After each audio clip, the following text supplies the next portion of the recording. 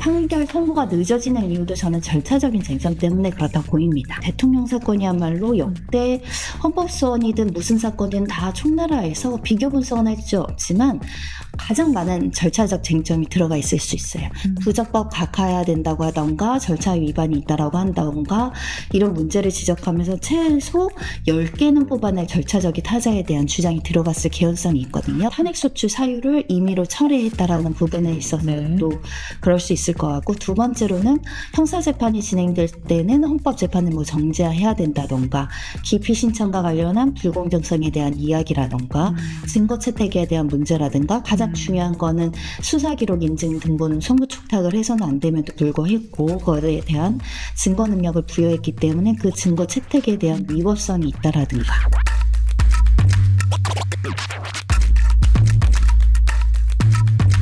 헌재 이야기로 바로 넘어가겠습니다. 헌재가 변론 종결 이후로 벌써 3주가 지났어요. 생각보다 그간 뭐 우리가 예라는 게 두 경우가 밖에 없었잖아요. 저 노 전 대통령과 박 전 대통령. 그래서 최소한 저번 주 중에는 나올 것이다라는 예상들을 뭐 과거에 비추어 봐서 귀납적으로 생각을 해왔는데 많이 늦어졌어요. 그렇습니다. 대부분의 분들이 이제 예측하는 14일을 넘긴 상황이고 더군다나 14일에 선고 예정도 안 해놓은 상황이기 때문에 오늘 또는 내일 또 수요일도 넘어가는 거 아니냐라는 전망까지 나오고 있는 만큼 어찌됐든 결론적으로는 최장 숙고하는 헌재의 판결 결정이 나오는 시점이다 이렇게 봐야 될 것 같고요. 이번 주를 넘기느냐 아니냐 3월을 넘기느냐 이제는 모든 예측이 사실 무의미해진 시점 같습니다. 예측대로 흘러가지 않고 하나하나 변수가 발생을 하고 헌재에서도 굉장히 고심을 하고 대통령 사건 먼저 선고를 한다고 했었거든요. 근데 또 중간에 감사원장 사건, 뭐 검찰 사건 먼저 또 선고를 함에 있어서 애초에 계획대로 지금 진행되지 않고 많은 부분들이 내부적으로 고민이 되고 여러 가지 변수에 따라서 선고 일정들도 바뀌는 게 아닐까라는 생각이 드는데요. 그럼에도 불구하고 좀 신속하게 이번 주에는 나와야 되는 거 아니냐 이런 목소리도 굉장히 높습니다. 첫 번째는 집회. 이번 주말에도 정말 그 교통 돌아가는데 많은 시민들이 불편하셨을 수도 있고 그 주변의 자영업자들이나 또 학교 다니는 분들 굉장히 지금 촉각을 세우고 있는 사건인 만큼 일단 선고기일이 조속하게 통지돼야 되는 것이 필요하지 않을까라는 생각을 하지만 통상 2, 3일 전에 선고 일정을 통지를 해줬다 이거잖아요. 이것도 실제 예측대로 될 것인가에 대한 고민이 있습니다. 전격적인 선고도 배제하기 어렵습니다. 왜냐하면 기일을 고지했다가 수많은 인파가 또 모여서 불상사가 생길 여지가 있다는 점에 있어서는 선고일기를 지금 예측하는 게 굉장히 좀 어렵다라고 말씀드릴 수는 있지만 그럼에도 21일 설, 20설 이렇게 아직 많이 나오고 있는 상황입니다.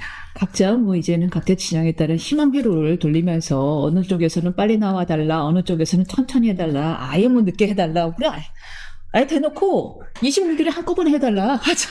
어차피 소란스러울 거 26일에 한꺼번에 하자 이런 얘기도 했는데 오늘 중앙일보 기사 재미있었어요. 한 헌재 재판관이 누군가와 약속을 정하면서 13일 약속을 취소하면서 우리 23일 이후에 보자라는 이야기를 했다는 걸 근거로 이번 주가 가장 유력하다라는 얘기도 있어요.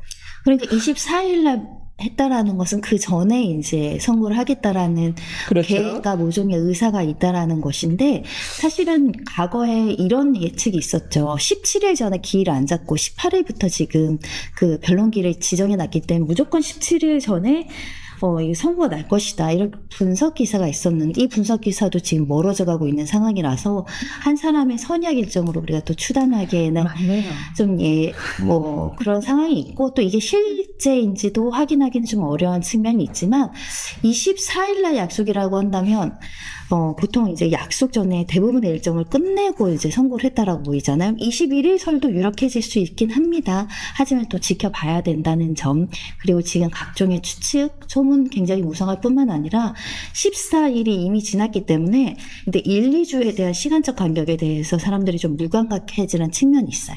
하루 이틀 이상 지나고 3, 4일이 지나니까 3, 4일 지나면 13일 지나도 무방한 거 아니냐 이런 측면에서는 기다려야 될 것 같습니다.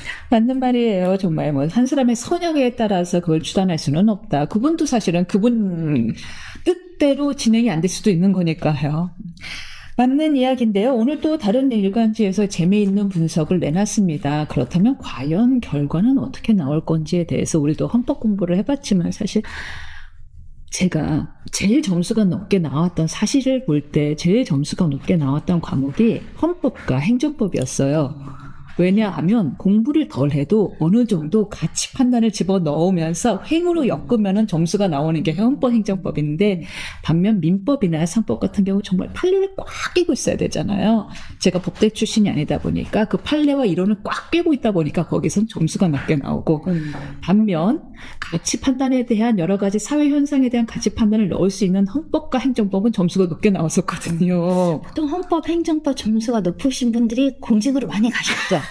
앞으로 그러기에는 또 사법 연수한 점수가 뭐 인간이 아니더라도 다른 공직 퍼블릭한 위치에 가실 수 있다. 기억하겠습니다. 네. 어울리세요. 그래. 제가 연선 동기입니다. 참고로요. 그런데 이 헌법 재판관 출신 분들이 세 분의 인터뷰를 오늘 조선일보에서 실었는데 굉장히 재밌습니다. 각자 기각도 될 수 있고 인용도 될 수 있고 각하도 될 수 있다라는 의견을 각각 실었어요. 혹시 보셨어요? 네, 중립적으로 다른 것 같습니다. 각하, 기각, 인용 의견에 대한 헌법학자들에 대한 인터뷰를 어떻게 보면 각자의 논점대로 제시를 하지 않았을까 싶은데 각하가 이제 국민의힘에서 굉장히 주목이 되는 것 같아요. 그러면은 기회가 되신 워낙 설명을 잘해 주시니까 인용 기각 각하 각 어떤 이론에 근거해서 그런 건지를 말씀해 주시겠어요? 일단 각하를 주장하시는 분의 입장에서는 처음에 우리가 절차적인 문제로 거론한 것이 내란 소추, 그러니까 내란죄에 대해서 소추사유에서 처리했을 때 이것은 심판 절차를 중단하고 각하를 해야 된다라는 절차적인 문제가 있기 때문에 각하를 한다라는 의견이 있는 것이고 인용 의견은 우리가 이제 비상개헌과 관련한 포고령 자체에서 국회의 어떤 활동이나 이런 것들을 못하게 한 부분에 대한 실체적인 사실관계만 인정이 되면 이것은 중대한 파면 사유가 될 수밖에 없다라는 것이고 기각 의견들은 대부분 이런 것입니다. 일부 위헌과 위법적인 부분이 있다고 하더라도 중대하지 않지 않느냐. 파면에 이를 정도의 중대성은 없다는 게 기본적인 논리이고 그러다 보니까 기각과 각하 의견들을 이제 국민의힘에서 바라보는 것은 기각과 각하는 분리해서 하는 것이 아니라 각하가 한 명이고 기각이 2명만 이른다고 하더라도 인용이 의견이 5명밖에 안 되잖아요. 인용이 6명 이상이에요. 네, 그러다 보니까 각각 한 명이라도 존재한다는 것은 기각될 가능성 굉장히 높인다라는 측면에서 각하할 수 있다라는 헌법학자들의 의견을 굉장히 중점적으로 지금 보고 있는 게 아닐까라는 생각이 들고요. 결국은 절차의 문제인데 우리가 절차적인 부분도 이 사건이 판결 선고가 늦어지는 이유도 저는 절차적인 쟁점 때문에 그렇다고 보입니다. 아, 그렇게 보세요. 왜냐하면 이번에 이창수 지검장 사건을 보면요. 이 부적법 각하해야 된다는 주장도 결정문에 이유를 쓰셨더라고요. 그러니까 그 주장은 뭐 탄핵소추권의 남용이다 뭐 이런 주장이나 이런 것들이었는데 그 부분도 어느 정도 이유에 대해서 판례도 인용을 하면서 설치했단 말이죠. 그렇다면 대통령 사건이야말로 역대 헌법소원이든 무슨 사건이든 다 총나라에서 비교 분석은 할 수 없지만 가장 많은 절차적 쟁점이 들어가 있을 수 있어요. 부적법 각하해야 된다고 하던가 절차 위반이 있다라고 한다던가 이런 문제를 지적하면서 최소 10개는 뽑아낼 절차적인 타자에 대한 주장이 들어갔을 개연성이 있거든요. 오, 예컨대 한 두 가지만 말씀해 주신다면. 가장 크게는 지금 말씀드린 것처럼 탄핵소추 사유를 임의로 철회했다라는 부분에 있어서도 그럴 수 있을 것 같고 두 번째로는 형사재판이 진행될 때는 헌법재판을 뭐 정지해야 된다던가 기피 신청과 관련한 불공정성에 대한 이야기라던가 증거 채택에 대한 문제라든가 가장 중요한 거는 수사기록 인증 등본 송부 촉탁을 해서는 안 됨에도 불구했고 그거에 대한 증거 능력을 부여했기 때문에 그 증거 채택에 대한 위법성이 있다라든가 그 부분은 그럼 각하 사유이기도 하고 한편으로는 본안에 들어갔을 때 증거가 없다라는 부족하다라는 기각 사유가 될 수도 있는 부분이 있네요. 양면적으로 이제 사용하지 않을까라는 생각을 하고 있는 상황이고요. 그러다 보면 또 나아가서 이런 주장까지 나오고 있습니다. 있고요. 지금 한덕수 총리에 대한 심판도 제기되어 있는데 이 자체가 그 심판 청구가 각하되거나 기각되거나 의결 수가 정해지지 않은 상황에서 탄핵소추가 이루어졌다라고 한다면 이 한덕수 총리의 따른 권한대행의 업무조차 위법 무효 소지가 있기 때문에 이 재판관 2명에 대한 실질적인 어떤 권한의 문제가 생기는 거 아니냐. 굉장히 다양한 논점들을 주장하고 있기 때문에 최소 10개라고 이야기 드리는 거고요. 처음부터 고슬로 올라가면 송달 문제부터 지적을 했었습니다. 대통령 측에서 예. 이 송달에 대해서 송달이 안 됐는데 기일을 지정하고 의견서를 내라고 한 부분부터 이제 주장을 했기 때문에 그런 부분들이 주장이 철회되지 않고 남아있다고 한다면 현재는 판단할 여지가 있거든요. 그렇다면은 현실적으로 저희가 뭐 정치적 얘기가 아니라 현실적으로 재판관 입장에 이입돼서 생각을 하면 인용 결정문이 정말 쓰기 어렵겠네요. 각하가 비교적 수월하죠. 각하가 부적격 수월하고. 각하. 하지만 헌재의 재판은 부적격 각하된다고 하더라도 일반 민사사건과 다르게 민사사건은 소송 요건이 결여돼서 각하를 하면 실체적인 부분을 판단하지 않을 가능성이 많지만 헌재 사건은 각하된다고 하더라도 또 실체적 요건은 검토할 가능성도 있습니다. 네. 그에 따라서 사실은 각하든 기각이든 인용이든 쓰는데 정말 한 줄 한 줄 고심이 될 것 같아요. 제가 예상컨대 역대 최장 결정문이 나올 수도 있습니다. 몇 장이 나올지는 모르겠는데요. 그리고 이걸 공개하는 순간 한 90줄은 타당하고 논리적이지만 한 줄에 오류가 있을 수 있잖아요. 하다 보면 그 한 줄의 오류 때문에 또 사회적인 논란이 있을 수 있죠. 그러니까 한 줄 한 줄을 쓰고 평가하고 그 한 줄 한 줄에 대한 요건에 대해서 다수 의견이 있다고 하더라도 별개 의견이 있을 수 있고 뭐 소수 의견, 보충 의견까지 하나하나 조율하다 보면 오류가 없게 하기 위해서 굉장히 고심하고 있는 거 아닌가. 그래서 지금 이렇게 시간이 걸릴 수 있다라는 추측이 타당해 보이는데 잠깐 얘기로 돌아가서 그 탄핵 소추 중에 내란죄 이야기를 내란죄의 형사법 구성 얘기를 소추 안에서 빼버린 것이 결국 각하 사유로 거론될 여지가 있다라는 이야기를 줬는데 여기에 대해서 이제 반대쪽은 내란죄 형사법 성립 여부만 뺐을 뿐이지 내란죄의 위법성에 대해서는 여전히 현재의 판단 사안이기 때문에 동일성 문제가 없다라는 것이 이제 주로 이제 국회 쪽 의견이란 말이에요. 송 변호사님 의견은 어떠세요? 이 부분은 근데 결론이 바뀔 것 같지는 않습니다. 왜냐하면 이 부분을 지속적으로 헌법재판 초반에 피청구인 측에서 주장을 해왔는데 이미 재판장이 우리가 평의 결과 이 부분은 우리가 판단의 문제라고 이야기를 했었거든요. 그러면서 또 헌재 공보관을 통해서 나온 이야기가 이 탄핵소추 사유를 추가하거나 동일성이 침해되는 사실관계를 붙이는 것은 안 되지만 이번에 감사원장 사건과 검사들 사건에 이 부분 주장되어 있습니다. 그러니까 국회 측에서 일부 사실관계를 추가를 했더라고요. 근데 그건 안 된다고 했어요. 이것은 탄핵소추 사유와 관련해서 추가하거나 동일성을 변경하는 상황에서의 사실관계 변경은 우리가 인정하지 않겠다라고 했었거든요. 근데 이번 사건은 이걸 추가하거나 동일성을 바꾸는 사실관계 변경이 아니라 오히려 철회를 한 거거든요. 취소를 한 것이기 때문에 이 부분은 이 방어권 보장에 현실적으로 관계가 없거나 큰 지장을 주지 않는 경우에는 허용한다는 게 기존의 선리이기 때문에 이 선례에 대해서 설명을 하면서 헌재에서 이 주장을 받아들여지지 않고 넘어갔거든요.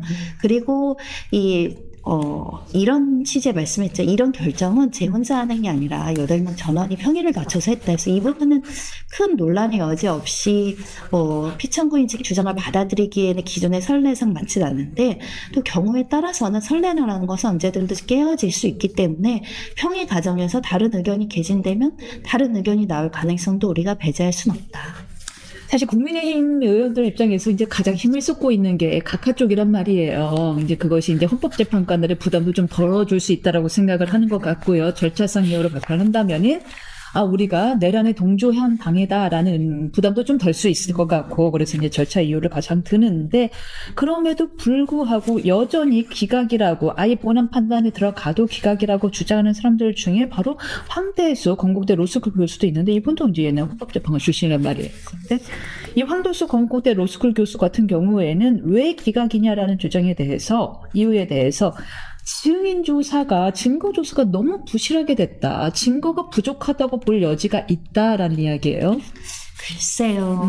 그 의견은 사실 개인적으로 동의하기 좀 어려운 게 이미 이제 어떤 수사 기록과 예를 들면 증거 채택의 방식과 관련해서 헌법재판관에서 설명한 것처럼 이 전문법 측의 완화에서 우리가 그동안에 증거 채택을 해왔고 증거 능력을 부여해왔다라는 그 원칙이 깨지면 그 말이 맞을 수 있습니다.